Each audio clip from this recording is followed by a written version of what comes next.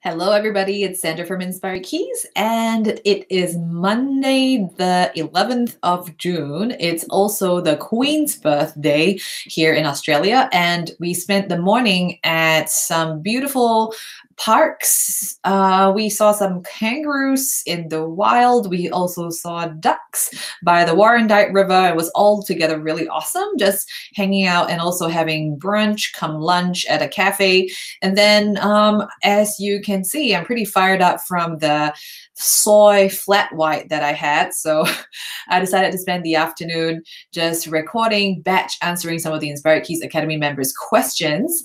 And today in this video, I'm going to respond to Inspired Keys Academy member Nathan's recording. So Nathan recorded himself play on his piano, some worship like chord progressions. So there are a couple of them, and you're going to be hearing a little bit of it, and I will be giving feedback for his playing. And if you are interested to get feedback for your playing as well, then the Inspired Keys Academy is here for this purpose. It is basically here to help you master worship keys skills so that you can serve God on the worship keys, whether it's piano or organ or synth or pads or strings, whatever it is you play for God, and that you can serve him, what's that word?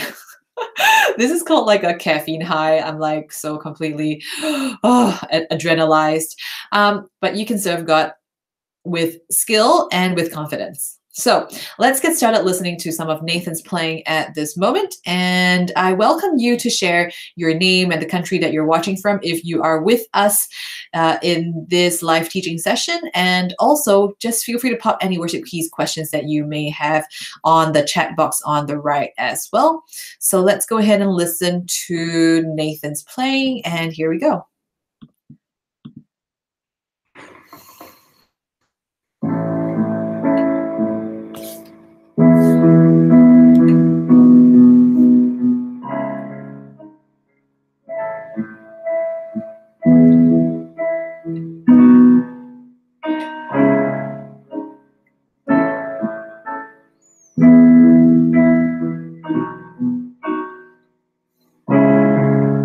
All right, so at this point, I just want to say that it's pretty important to, now I like how Nathan was playing his chord progression because it actually sounds really good. Like, let me see.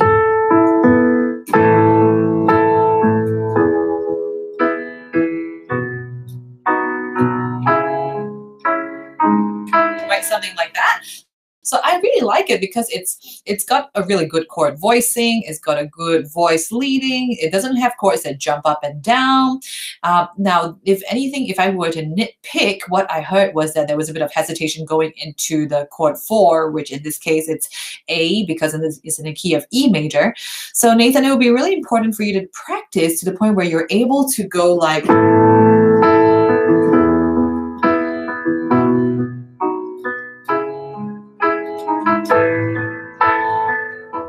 so you really got to have like this internal metronome that goes and a 1, 2, a 3, a 4, a 1, a 2, and it's got to keep going on in your head, okay? So you don't want to sort of stop thinking about that metronome because it's pretty important for you to just keep going on and on. Don't hesitate or have that, even if it's a half second or split second hesitation on what's the next chord. Get your fingers ready onto the next chord as early as you can so that you can be, you can play that chord on time. You don't want to be early, you don't want to be late, but you got to be on time. So practice and prepare and think ahead and play on time. Make sure your chords are, they arrive punctually and not any earlier or later.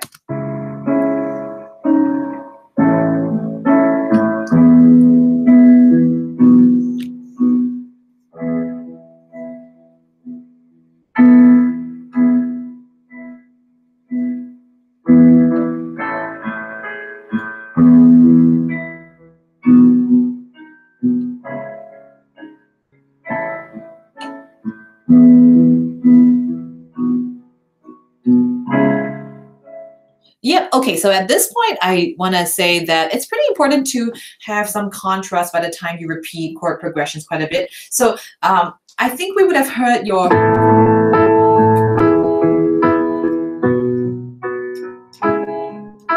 So what I want you to pay attention, guys, is listen to the topmost line that you play when you're playing chords, okay?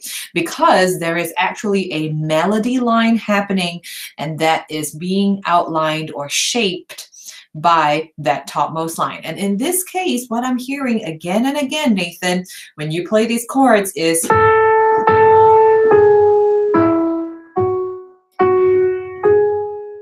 or sometimes...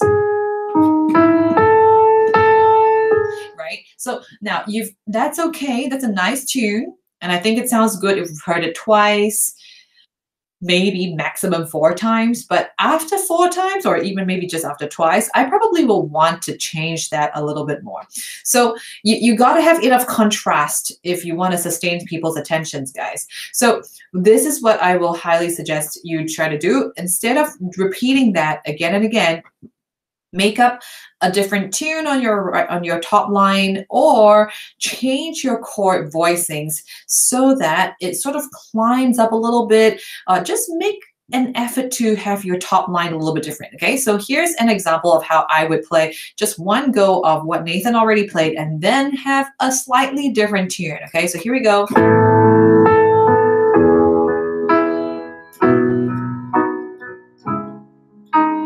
Okay, let's have that one more time.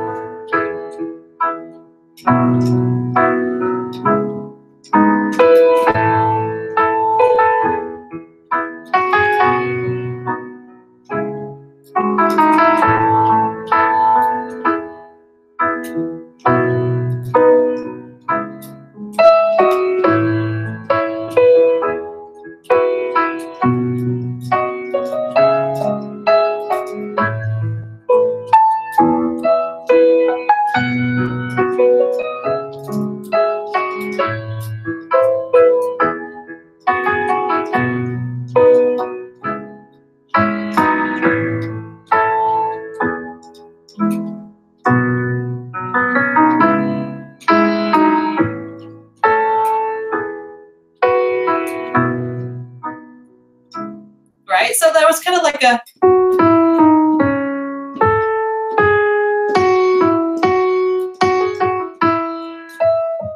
right? So I kind of just made up a tune as we went along in response to the original melody that you had. So Nathan, see if you can come up with a melody line that's just going to be differing from that top line created by the notes that you play, okay? This is a really important skill. And there are 3 recordings that you've done in this recording you shared, and it's kind of the same advice I have for all of them. Just going to go back into Nathan's playing at the moment.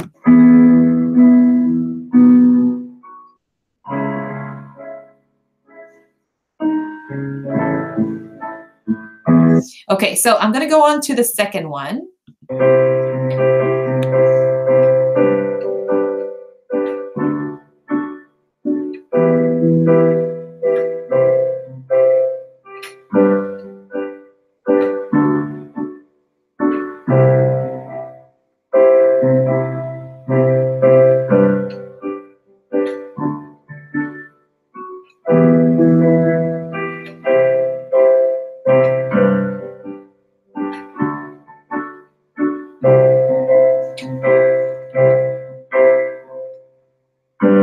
Yeah, okay, great. So Nathan, at this point, I will say that I'm not really sure what song it is, although it does sound like a very typical kind of like 4-1-5-1. I think it was 4-1-5-1, right? So once again, the same thing can be applied for this practice session where you want to make your playing a little bit different as you progress, okay? So try not to do the same chord voicing or same thing again and again. So let's hear what that was again. I'm just going to try and recreate that.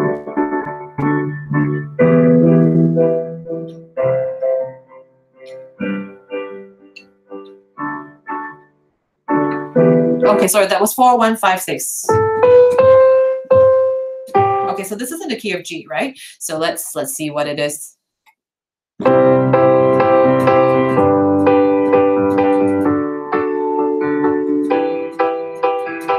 Yep, so I actually think that's pretty important for you to emphasize on that third bass note. So currently, I think you're playing the first and the second. So it was like, right? So you've got the first, second, first, second. So I think you see if you can have one more just before the finish, okay? So the end of that chord. So 1, 2, and 3. This is the third one. So 1, 2, 3. 2, 3. 2, 3.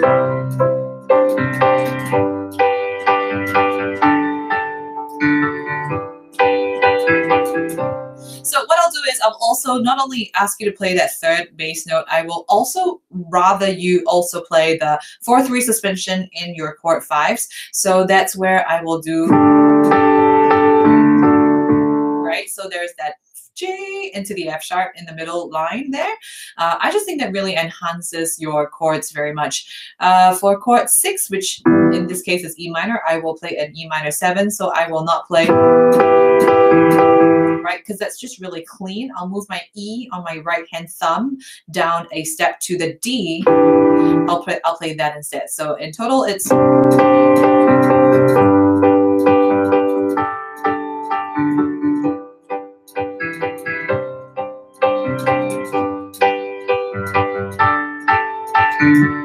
okay. At this point, I'm going to keep going on, but I'll change my chord progression, not progression, sorry. I'll change my inversion so that I can have the same chords, but have a different feel.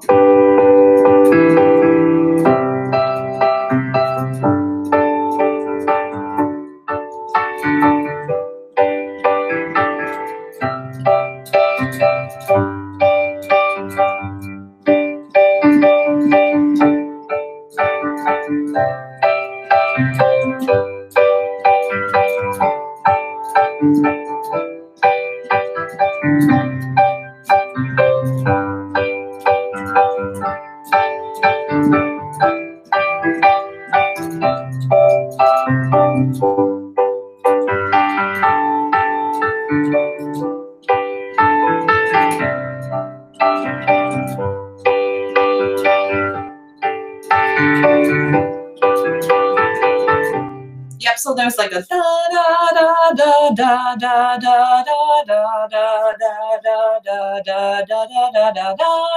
It's kind of like a tune that I made up on the fly as well. I want you to try and see if you can do that, Nathan. If you could try this, just practice like creating a melody out of the chords, any melody really, and it's just going to get better as you keep trying to do this. And I really believe it's just going to make your existing chords just a lot more fresh as you repeat them, but in a slightly different way, to repeat them, but in a slightly different way. It's just going to add a lot more freshness into the playing. So I'm going to go straight on to your third recording right now.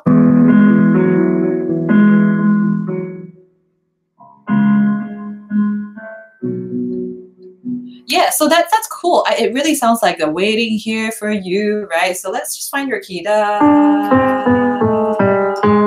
All right, cool. Okay, so that was in the key of E, right? So I'm gonna go, I think you did.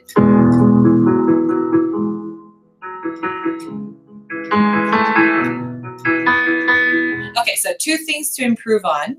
Firstly, I did hear a bit of hesitation where you kind of waited a little while before you, I think, got into the C sharp minor chord. So you got to practice it till you could go straight on in time, okay? It is all about practice in this case, right? Because you were able to play your C sharp minor eventually, and it sounded good when you did play it, but it did arrive late. So practice it where repeating and repeating and repeating, you could come in on time. And if you need, you might need to go turn on that metronome, even if you don't like the tick, tock, tock, tock, tick, tock. Even if you hate it, try to make sure you're on time with it. And then once you master the skill of being able to play on time, then you don't need the metronome anymore. So put in the hard work so that in future you don't need to put in the hard work again, okay? The second thing is I do want you to try and put in that X factor playing. Go watch the course on the X factor dynamics, the use of dynamics in your melodic phrases. Basically, it's not just like a clean, it's not like a same loudness for, right?